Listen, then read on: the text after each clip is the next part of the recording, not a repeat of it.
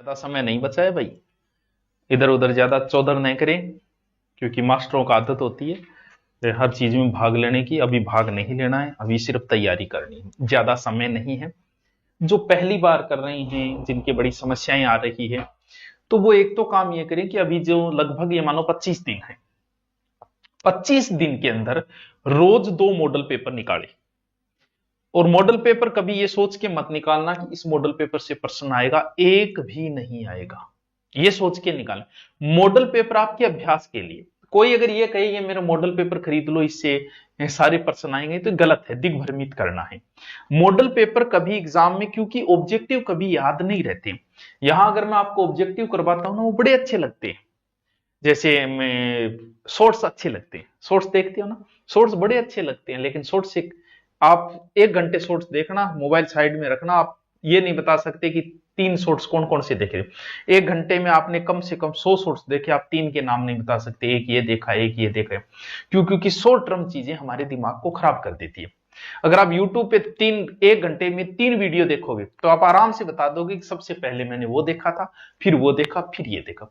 तो objective shorts होते हैं, वो कभी सिलेक्शन नहीं देते, वो पढ़ने में अच्छे लगते हैं। या यहां अगर करवाएगा टीचर तो ज्यादा लाइव आ जाएंगे, थोड़ा सा ये होता है।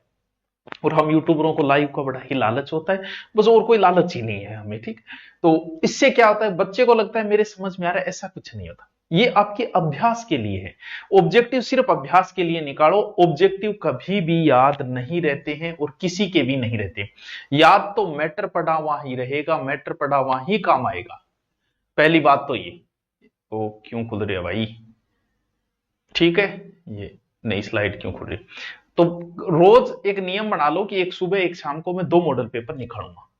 तो आप 50 मॉडल पेपर अगर कर लेते हो तो आपका लगभग काम बन जाएगा, ठीक। उस मॉडल पेपर में आप करो, फिर देखोगा आपके कितने नंबर आ रहे हैं, वही आने बस। और भी नहीं कर पा रहे हो और आपका कम समय है, तो एक तो मॉडल पेपर निकाल लो 50।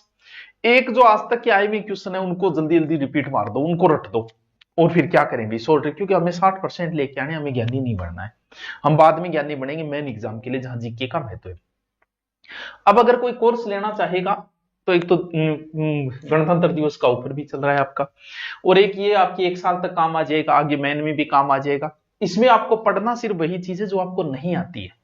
ये नहीं है कि आप अब कोर्स खरीद के डबल स्पीड में पढ़ना है, जो टॉपिक नहीं आ रहा है सिर्फ वही टॉपिक पढ़ना है, बाकी माथापच्ची नहीं है। ये आपके 1 साल तक आगे काम आएगा, दूसरा फायदा ये।